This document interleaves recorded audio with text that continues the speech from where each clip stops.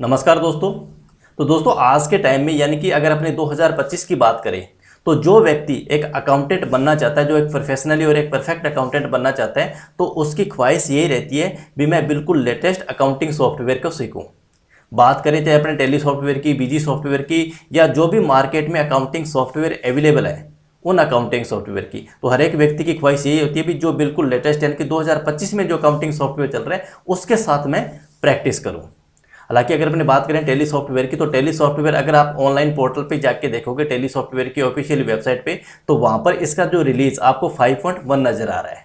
लेकिन अभी आप जो स्क्रीन पे जो टेली सॉफ्टवेयर देख रहे हो ये है 6.0, यानी कि बिल्कुल लेटेस्ट अकाउंटिंग सॉफ्टवेयर जो बहुत ही जल्दी आप लोगों के बीच में भी आने वाला है। हालांकि ये अभी इसका बीटा वर्जन लॉन्च है, इसका टेस्टिंग वर्जन अभी चल रहा है। जैसे इसकी टेस्टिंग फाइनल हो जाएगी तो आपको भी पोर्टल पे यानी कि जो टेली सॉफ्टवेयर की ऑफिशियल वेबसाइट है वहाँ पर आपको 5.1 की जगह 6.0 नज़र आने वाला है। तो अब ये जो 6.0 का जो नया वर्जन आने वाला है टेली प्राइम सॉफ्टवेयर का, तो ये नए अकाउंटेंट लोगों के लिए क्या कुछ नया लेके आने वाला है। तो बहुत सारे लोग इसी चक्कर के अंदर अपना पैसा और टाइम बर्बाद कर देते हैं कि मैं बिल्कुल लेटेस्ट अकाउंटिंग सॉफ्टवेयर सीखने वाला हूँ। तो अब उसको ये नहीं पता भी आपको लेटेस्ट अकाउंटिंग सॉफ्टवेयर में सीखने को क्या मिलने वाला है। तो अगर आप बिल्कुल फ्रेशर हो और आप टेली सॉफ्टवेयर को या कोई भी अकाउंटिंग सॉफ्टवेयर सीखने की कोई प्लानिंग कर रहे हो, तो इस वीडियो को आप पूरा कंप्लीट देखना ताकि आपको पता चल सके भी आपको अकाउंटिंग सॉफ्टवेयर के साथ साथ में क्या कुछ और सीखने की ज़रूरत है, ताकि आप टेली सॉफ्टवेयर में एक प्रोफेशनल और एक परफेक्ट अकाउंटेंट बन सको। वीडियो पसंद आए तो वीडियो को लाइक जरूर कर देना, और इस चैनल पर पहली बार आए तो चैनल को भी सब्सक्राइब जरूर कर लेना। तो बात करते हैं अपने टेली सॉफ्टवेयर की।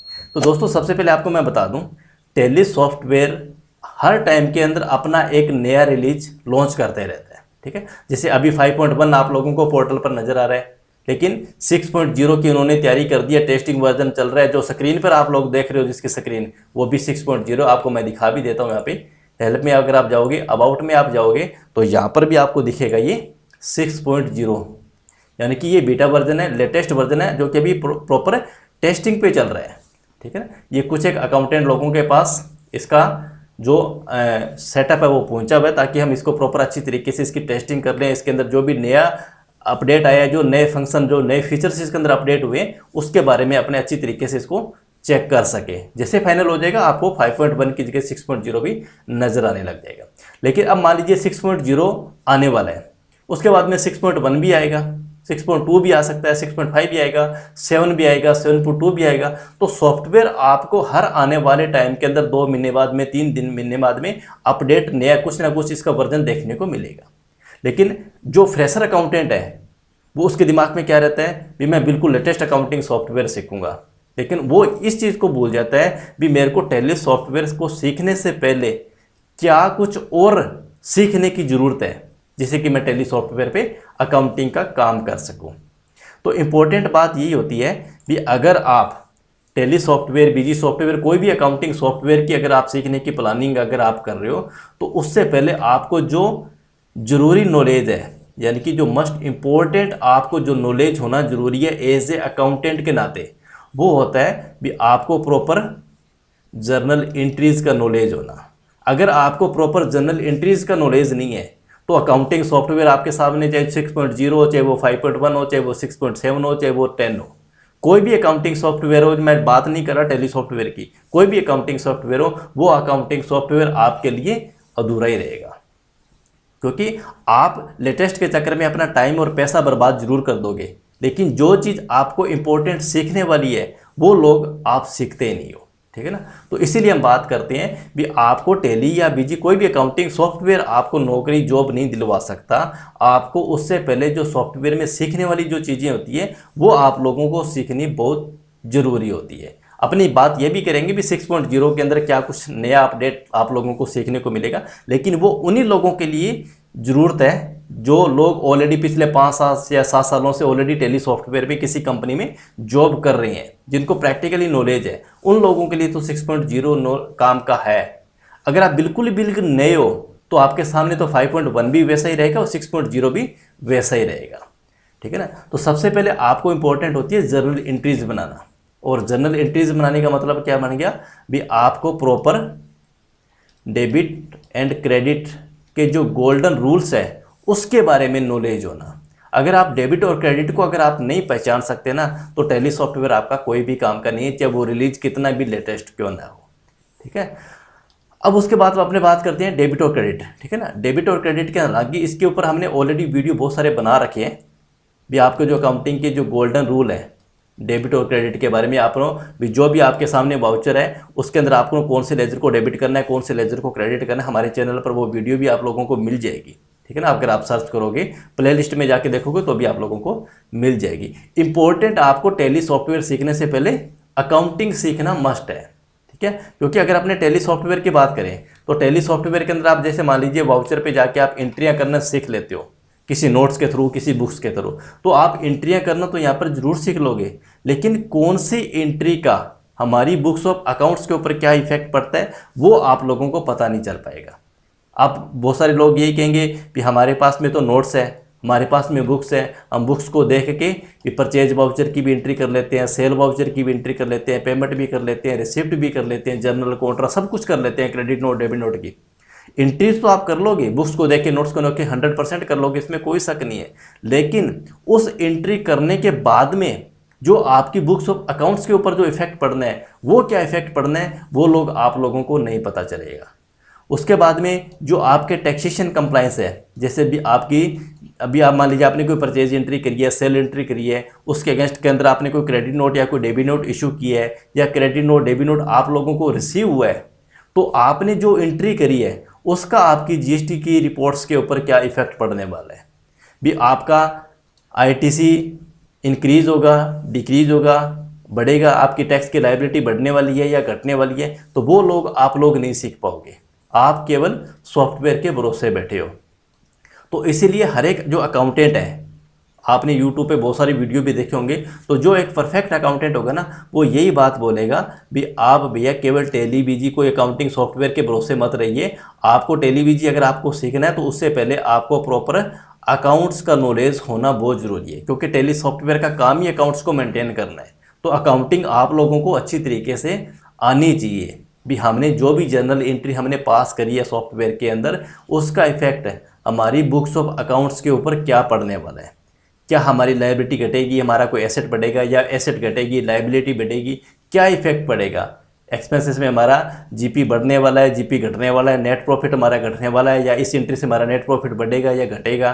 ठीक है ना, तो ये सारी बातें इसके पीछे जो एंट्री करने के पीछे जो बेसिक्स बातें हैं वो आप लोगों को पहले पता होने चाहिए। अकाउंटिंग सॉफ्टवेयर तो हर एक अकाउंटिंग सॉफ्टवेयर कर देगा, क्योंकि हर एक सॉफ्टवेयर के अंदर आप देखोगे तो यहाँ पर फीचर दिए होते हैं भी। अगर आपको सेल की एंट्री करनी है तो आप F8 करके सेल की एंट्री कर सकते हो, परचेज की एंट्री करनी है तो आप F9 बटन दबा के F9 की परचेज की एंट्री कर सकते हो, पेमेंट की करनी है, रिसिप्ट की करनी है, जर्नल की करनी है, कॉन्ट्रा की करनी है। हर अकाउंटिंग सॉफ्टवेयर आपको यहाँ पर शॉर्टकट दे देगा, कोई आपको बॉटम साइड में दे देगा, कोई आपको यहाँ पर टॉप साइड में दे देगा।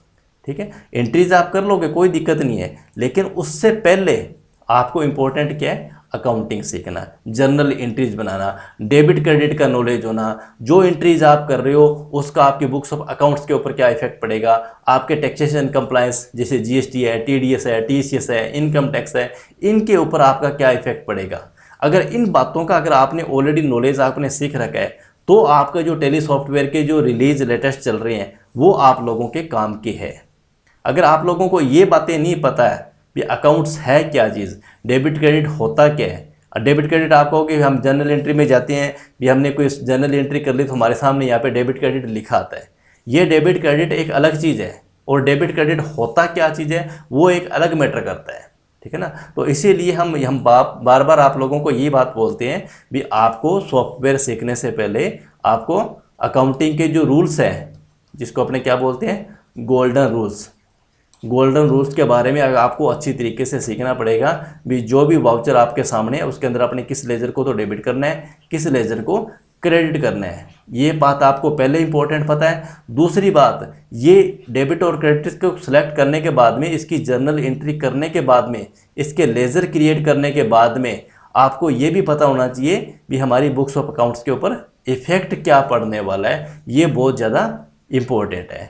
अब अपने बात करते हैं टेली प्राइम 6.0 का जो नया रिलीज आने वाला है उसके अंदर क्या कुछ नया एक अकाउंटेंट को सीखने को मिलने वाला है। तो उसके अंदर इंपॉर्टेंट जो इन्होंने लोगों ने फोकस किया है वो किया है बैंकिंग से संबंधित। हालांकि जो 5.1 का जो रिलीज आया था उसके अंदर इन्होंने किया था जीएसटी से रिलेटेड अपडेट। भी आप डायरेक्ट टैली सॉफ्टवेयर से जीएसटी की रिटर्न को फाइल कर सकते हो, डायरेक्ट आप जीएसटी रिटर्न से ई वे बिल, ई इनवॉइस आप जनरेट कर सकते हो, आपने जो रिटर्नें ऑनलाइन अपलोड कर रखी है उसको आप डाउनलोड कर सकते हो। तो ये अपडेट हमारा 5.1 के अंदर आ गया था। और अभी इन्होंने जो फोकस मेन जो इम्पोर्टेंट फोकस किया है वो किया है बैंकिंग को लेके।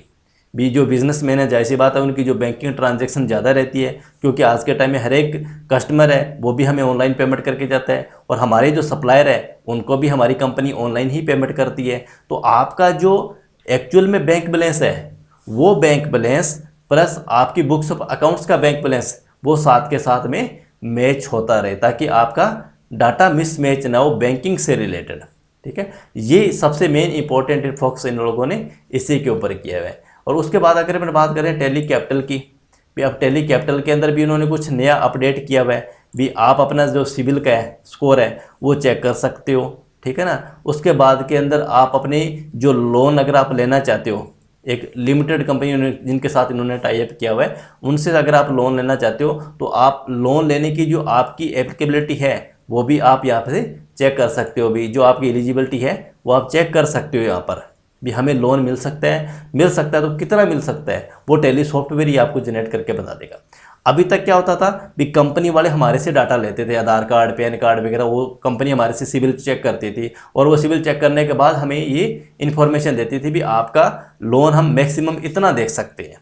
ठीक है, तो अब आपको कंपनी के पास जाने की ज़रूरत नहीं है, आप इन लिमिटेड कंपनी जो यहाँ पर आप देख सकते हो ना, यहाँ पर अगर आप देखोगे जैसे कोटक महिंद्रा है, ये L&T फाइनेंस है, ये फ्लेक्सी लोन्स है, तो इन कंपनियों से अगर आप लोन की रिक्वायरमेंट है तो आप अपना स्कोर डायरेक्टली टैली सॉफ्टवेयर से ही चेक कर सकते हो। भी हमें लोन मिलेगा तो कितना मिलेगा, नहीं मिलेगा तो क्यों नहीं मिलेगा, आपका सिविल स्कोर कितना चल रहा है, ये ऑप्शन दिया हुआ है।